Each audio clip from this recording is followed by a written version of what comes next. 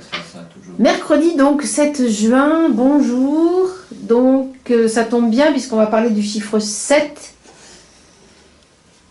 Donc je laisse la parole à Zoltan.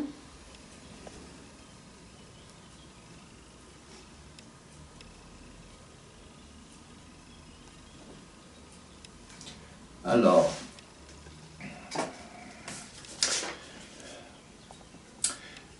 aujourd'hui on va parler des 7 démons, ou fiancés, ou maris.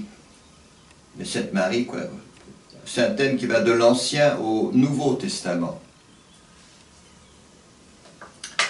Alors, au sens proprement hermétique et sur le fond, de la fiancée de Tobie, gardée par 7 démons, à la femme aux 7 maris, avancée par les Sadducéens, pour embarrasser Jésus, le Messie.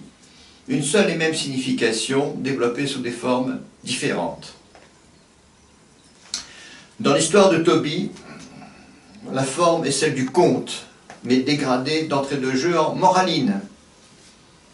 Car du fait même d'une nuit de noces fatale aux prétendants, apparaît en filigrane l'antique initiation féminine, plus ou moins refoulée par des peuples de plus en plus guerriers, et d'une certaine façon redoutant la concurrence, mais dont les initiés vont récupérer le symbolisme tout en s'efforçant de reformater à leur mesure ce qui dépasse leur entendement.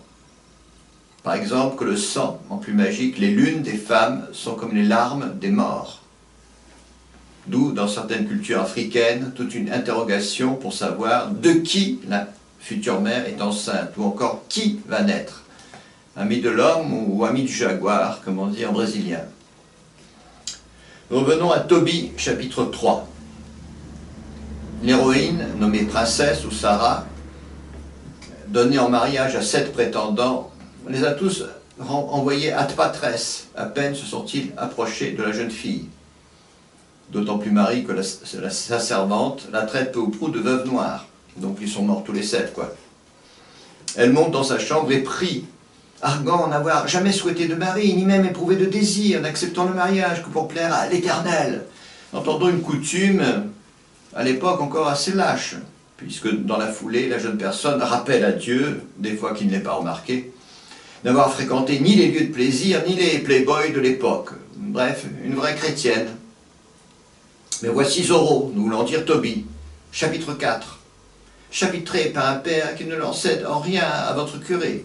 Quant à l'aumône, les femmes, la paix de l'ouvrier, comme quoi le héros, fils de famille, mais apparemment tombé bien bas, puisque, citation, nous menons, il est vrai, une vie pauvre, mais si nous craignons Dieu, évitons tout péché, etc., pleurniche le père.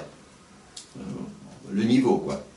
Chapitre 5, rencontre de l'ange, présenté au paternel, qui est aveugle pour ne pas changer. Le coup du père qui est aveugle, ou la mère qui est stérile à 120 ans. Chapitre 6, enfin un peu de magie. Le héros descend le long du Tigre avec son chien, veut se laver les pieds, manque de se faire bouffer par un énorme poisson. Conseil de l'ange, très savante médecine, puis on cause affaire.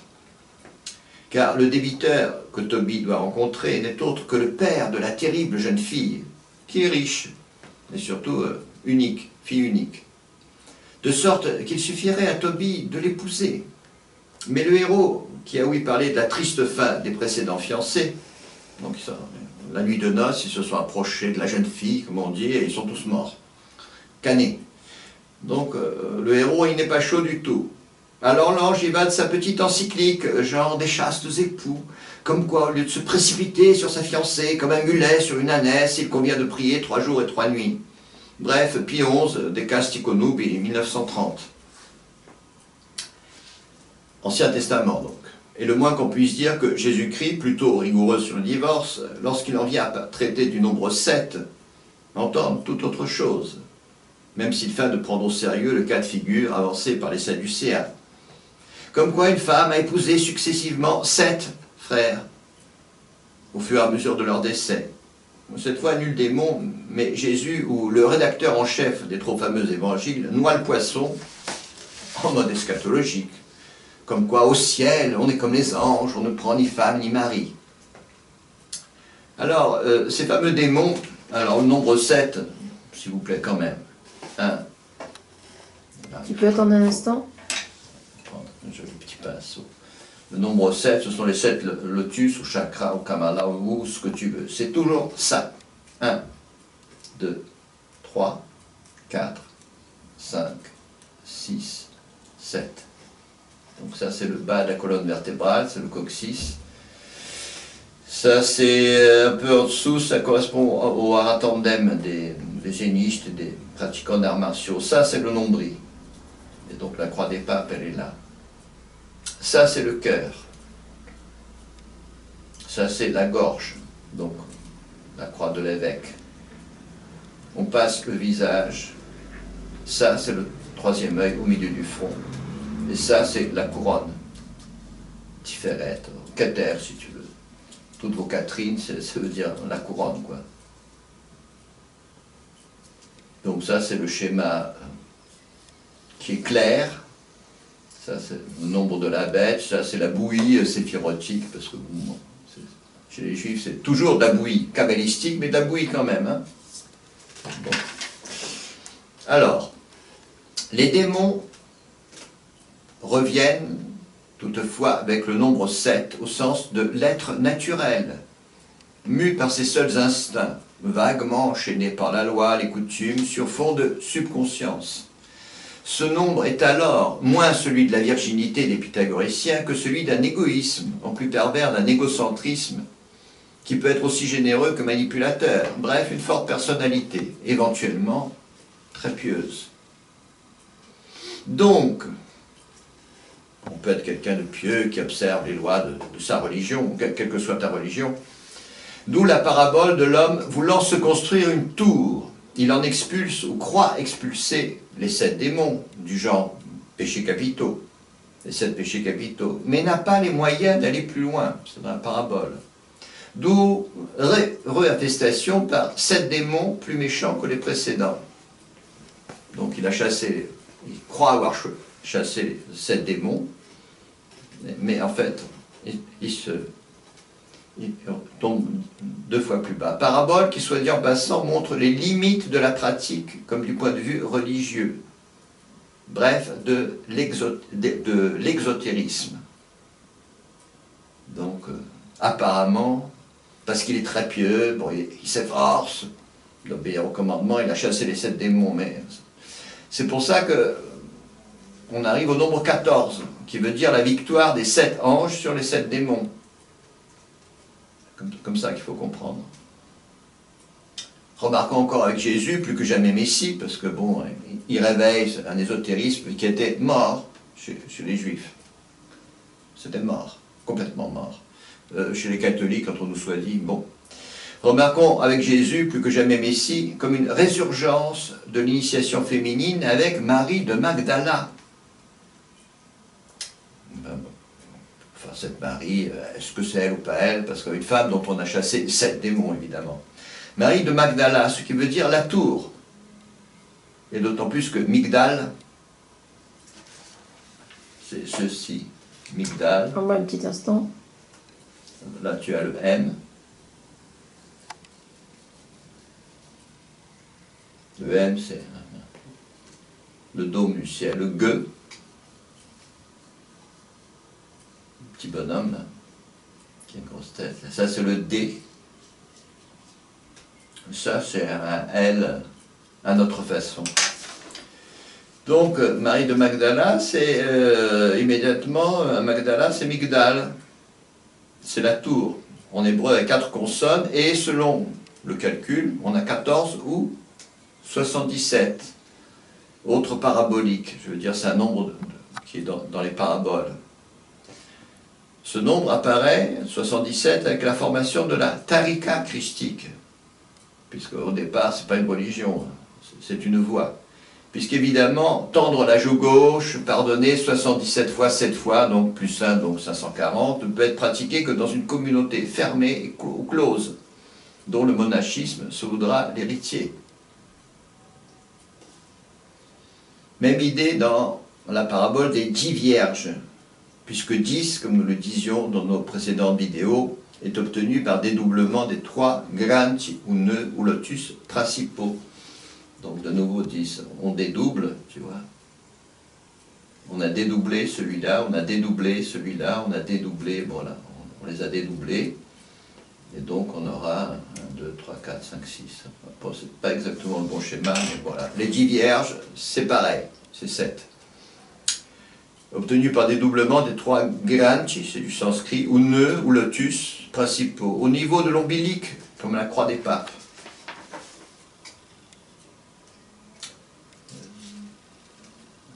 Au niveau donc, de la gorge, comme la croix épiscopale, la croix des évêques, et au niveau du front, comme la croix du simple prêtre.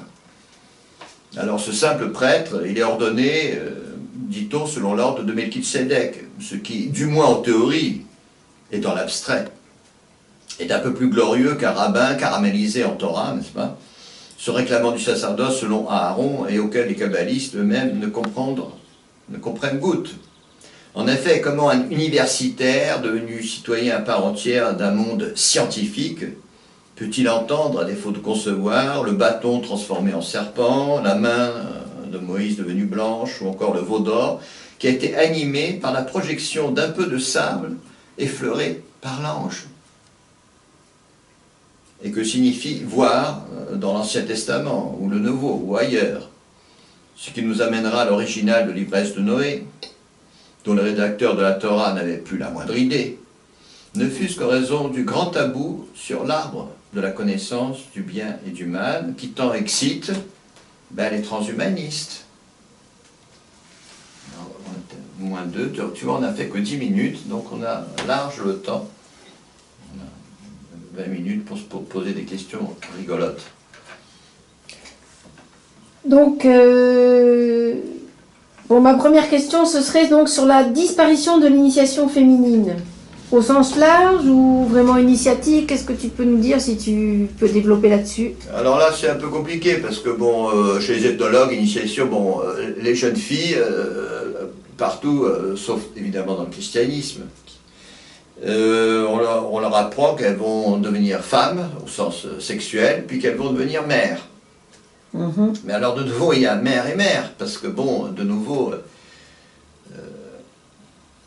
j'avais évoqué la chose dans ce livre, du reste, ces statuettes de bonnes femmes obèses de la préhistoire, ça peut vouloir dire autre chose. C'est-à-dire une gestation qui est menée en toute connaissance de cause par des femmes qui sont, enfin pour faire un jeu de mots à la russe, qui sont véritablement mères de Dieu, c'est-à-dire Théotokos, puisqu'en russe, tkach, c'est tisser. Il y a un tissage. D'accord. Entre ce tissage mené en toute connaissance de cause par des femmes qui ont la connaissance et un certain nombre de clés, et la malheureuse qui s'est fait mettre enceinte, le gros Lucas qui a mis la petite Marion enceinte, ou la Sarah, ou ce que tu veux, bon, parce que évidemment, de ce point de vue, le fait de tomber enceinte, bon, c'est rien du tout. Donc il y a ça. Il y a ça. Et tu parles donc du sang des femmes, donc l'arme des morts. Tu parles à ce moment-là de l'hérédité, ou qu'est-ce que tu entends par là? Alors les larmes des morts, alors on dit qu'en fait que le mort, faut aussi comprendre des choses. Il abandonne derrière lui un certain nombre de vasanas. Vasanas, c'est-à-dire? Clipotimes, d'écorce, c'est-à-dire il y a toutes sortes de choses dont tu n'as plus besoin dans l'autre monde. Par exemple, forme de mémoire, alors on pourrait dire mémoire aussi? Une mémoire. Mais écorce, mémoire, enfin un peu comme bon, la transmutation du papillon, enfin de la chenille en papillon, est-ce que c'est ça? Parce qu'on dit écorce. Oui, il abandonne beaucoup de choses, mais attention, ce qu'il abandonne, ça peut être recyclé. Par exemple, le petit Mozart est un génie parce qu'il est dans une famille de musiciens, donc si tu veux, il y a une hérédité. Une hérédité qui n'est pas qu'une hérédité physique, ou physico-chimique, ou... Il peut y avoir une trace. D'accord, il peut y avoir une trace. Une trace qu'on va détecter avec le scanner laser, maser. Mais enfin, si tu veux, entre le petit Mozart et les Trulku du Tibet, c'est la même idée. D'accord. C'est-à-dire, on veut s'assurer que tout un développement se transmette tel quel. Donc, si tu veux, l'enfant est un petit génie de naissance, quoi. Mais enfin, entre le petit génie qui regarde son petit moi-moi dans le nombril à notre époque, il va se saouler à la coque tous les samedis soirs, et la connaissance ésotérique de la transmission de... Enfin, c'est pas pareil. Non, on parle pas des mêmes choses. Donc, les larmes des morts, il y a ça. Il y a aussi le fait qu'on le sang. Alors, si tu veux, bon, les prophètes du sémitisme, c'est trop pour eux. Donc, même Muhammad, que le ciel le bénisse et tout, etc. Bon, dans le Coran, c'est un inconvénient. Enfin, les Arabes s'interrogent, c'est quoi ça? Impureté, impureté, c'est pas l'impureté, c'est un C'est pas mystère. que l'impureté, c'est trop simple. Dans les Oui. traditions africaines, j'ai lu ça quelque part, il y a ça, on s'interroge, je ne sais plus dans quelle tribu, enfin, elle est enceinte de qui? Qui va venir? Il y a là des mystères, parce que l'existence est mystère, voilà. Alors tout à l'heure, je voyais que tu as donc colorié en orange cette lettre L, donc je vais zoomer. Alors, est-ce que tu peux nous dire quelque chose sur cette lettre L? Alors, L, bon, quand on sait ce que ça veut dire, bon, on sait. Alors, les Juifs, évidemment, ne savent pas. C'est pas leur rabbin qui va leur expliquer. Le L normal, il est comme ça. On monte. On monte, d'accord. C'est la seule lettre qui dépasse. Il est tout simple. Parce qu'on aurait pu le voir en descendant, mais on monte. Ah oui, on monte, on descend, parce que de toute façon, bon, alors ça, si tu veux, qu'est-ce qu'on monte? Alors, ce petit... Ça, c'est... Bon, les francs-maçons qui ont des vagues idées de quelque chose comprendront. Ça, c'est tout simplement ça. Entre, tu vois, la pointe du coccyx, sous l'abdomen et le nombril. Donc, si tu veux, le sommeil, la luxure, bien manger, bien boire, bien dormir, bien baiser. Donc, tu vois, la plupart des êtres, ils sont là. C'est le premier chaudron. C'est le premier chaudron, mais on peut l'étendre au corps physiologique. D'accord. Donc, si tu veux, la plupart des êtres, ben, ils sont là. Dormir. Pardon. Dormir, un instant, s'il vous plaît. Dormir, bien dormir, se nourrir, il faut manger, il faut boire, et puis, bon, mettons, faire l'amour, quoi. Mais si tu veux, voilà. Donc, le L, y compris évidemment chez les Juifs, fussent-ils pieux, fussent-ils développés, c'est la vie ordinaire, c'est la vie... tu es dans le visible. Et quand tu commences à développer ce L, alors, bon, voilà, alors, donc c'est la tour. La tour, c'est ça. Enfin, si tu veux, la tour, classiquement, enfin, c'est l'ensemble. Donc par rapport à la tour, j'aurais une autre question. Donc Marie de la Tour. Alors ça, c'est merveilleux parce que, bon, Migdal, bon, tour c'est, bon, M-G-D-L. Attends, je vais zoomer un peu plus près, s'il te plaît, un petit instant. Oui, vas-y. M, oui. C'est le demi-cercle, le G, le G, le D et le L. Alors la première chose qu'on pourrait dire, c'est que Marie de Magdala. Alors Marie, en plus, en hébreu, c'est Myriam. Mais Myriam, c'est comme Mamra. Alors si tu veux, M, en hébreu, c'est le verbe cosmogonique. Pour dire la parole, il y a un autre mot. Si tu veux, DBR, comme abeille, Deborah. Bon, après, bon, on vocalise, Davar, mais enfin, c'est DBR, c'est la parole humaine. M, R, c'est... Regarde, M est comme ça. Attends, un instant, s'il vous plaît. Donc, vas-y, tu me fais le geste parce que je suis obligée de reculer. Voilà, Tu M. refais? Le premier M, oui. c'est les os d'en haut. Le deuxième M, ce sont les os d'en bas. Et le R, qui est R, le développement. Donc c'est le verbe qui est dans la tour. Alors, le verbe qui est dans la tour, c'est aussi, bon, est-ce que ce verbe, il se réveille en toi ou il ne se réveille pas, quoi? Oui. Est-ce qu'il parle? Donc, est-ce qu'on retrouve une verticalité? Il y a une verticalité... Qui rassemble aussi, qui assemble ou qui rassemble, ou du moins...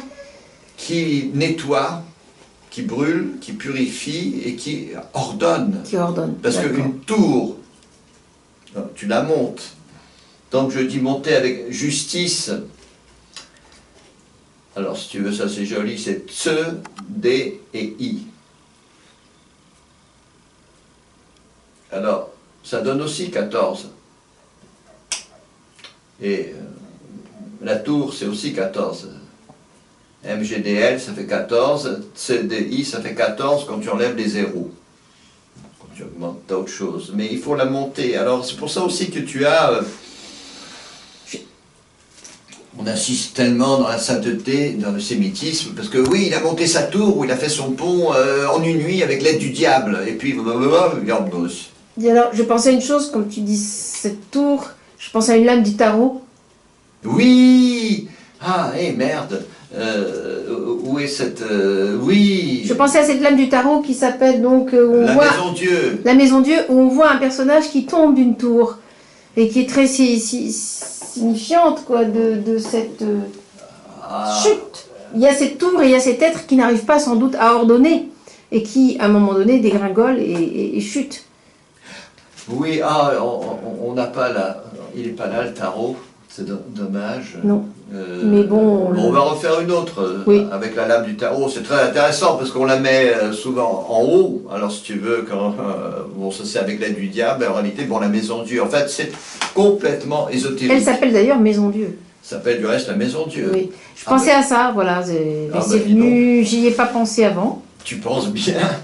Je sais pas si je bon, pense ça bien. sera une autre. Ce sera une autre, parce qu'on parlait de cette tour, effectivement. Je n'ai pas anticipé sur cette Maison Dieu. On va aller... Est-ce qu'il y aurait d'autres questions? Je ne pense pas. De mon côté, du tien peut-être. Pourquoi tour? Donc monter avec justice, c'était la dernière question. On va aller monter avec justice, alors parce que tu comprends bien, en quelque sorte, tout le New Age, les gens qui vont se shooter à l'iboga au truc, au machin, bon... toute une jeunesse redécouvre l'invisible. Mais cet invisible, disons que Guénon écrit là-dessus, bon, on se noie dedans. C'est littéralement l'océan d'en bas. Et pour pouvoir, ne fût-ce qu'avancer à travers tout cela, bon, alors... J'avais lu une histoire, bon, jeune fille raconte son expérience, bon, elle s'est transformée en araignée, elle avait un petit mur de 2 mètres, et pendant 3 jours, ça a duré son trip, elle a essayé de franchir ce mur. De même, un autre monsieur qui a expérimenté des drogues, c'est pas un chamanisme, il y a toute une histoire, bon, alors subitement, il est confronté à un monde de beauté et de lumière, il voit une femme... merveilleuse en rêve et tout ça, et il comprend qu'il est séparé. Ce qui les sépare des mondes oubliés, comme diraient les magiciens noirs, quoi. C'est toute son hérédité d'homme civilisé, développé, moderne. Bon, c'est un scientifique, si tu veux. Et alors, les possibilités propres au monde subtil, que nous avons évoqué dans la vidéo précédente, il peut à la limite en prendre connaissance dans un bouquin comme l'Erreur Spirit de Guénon, mais juste, voilà, bon, il a appris que, de même, tu as appris qu'il existe des montagnes dans l'Himalaya, et tu as appris que les oies à tête barrée traversent l'Himalaya, mais bon, toi, tu es là, le cul par terre. Et même si tu es un grand scientifique très développé, c'est un ordre de possibilités qui a disparu de l'horizon du monde moderne. C'est pour ça que ceux qui nous dirigent, alors ils essayent on essaye de réenchanter le monde, et on fait la fête, bon, et des drogues à l'infini, ce qui pour... Mais on ne trouve que la lame du tarot. Ah, il manque... On ne trouve que la lame du tarot. Oui, la Maison Dieu, c'est la Maison Dieu, quoi. C'est la Maison Tout Dieu. le monde moderne, Ouais. si tu veux, surtout ceux qui... Alors, je comprends bien, les religions sont tombées dans un état lamentable. Alors, il y en a qui ont le vent en poupe, le judaïsme, il y en a qui vont très très mal, l'islam, et puis il y a, pour les chrétiens, on ne sait plus trop ce que c'est. Mais, il faut bien comprendre, si on veut aller plus loin, il faut une certaine éthique, puis il faut une certaine ascèse, et puis il faut savoir sacrifier quelque chose. Encore comme tu es moi je suis beau, moi j'ai des tas d'expériences à faire. Bon, tu peux toujours faire des expériences, parce que bon, il se passera beaucoup de choses quand tu devras canner, comme on dit en argot, passer de l'autre côté. Du reste, la canne, La canne, c'est comme la crosse des évêques. Alors, j'ai vu qu'on avait commencé à moins 2. Alors, les prochaines, donc, on ne va pas encore parler de Noé, on va parler donc de la maison Dieu. Donc on abordera peut-être la maison Dieu. Et on va développer ça, je donnerai les nombres un petit peu, je développerai, parce que bon, de nouveau, c'est des vidéos. Ça, c'est un travail. Il y a plus de, je sais pas, de 60 planches là-dedans, quand même. C'est extraordinaire. Vous pouvez, c'est à l'infini. À l'infini, il y a des pages. À l'infini, il y a Tu peux aller un petit peu moins vite. Voilà. Donc il y a toujours cet ouvrage quand même qui peut être une lecture, une référence, des méditations possibles. Mais surtout, les 9/10 de ce qu'il y a là-dedans, les kabbalistes, ils n'auront jamais entendu parler. C'est Jésus qui avait la connaissance de cela. Donc en fait, c'est un ouvrage que vous pouvez acquérir, donc vous pouvez nous contacter aux éditions ocopsa@laposte.net. Voilà. Je pense que c'est une bonne lecture qui peut vous accompagner un peu plus que pour l'été. Et si vous voulez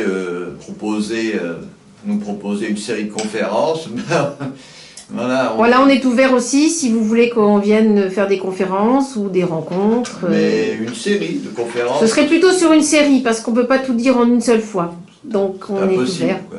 Tout à fait ouvert, on peut éventuellement se déplacer. Alors écoute, on va terminer avec ce matou. Donc le chat est toujours là. Ça c'est pour les mystères d'Éleusis.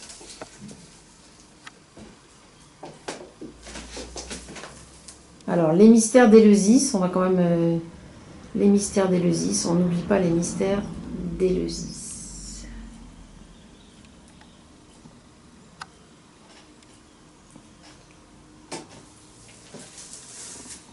Et le chat qui lui est toujours aussi tranquille. Enfin, ça dépend des moments.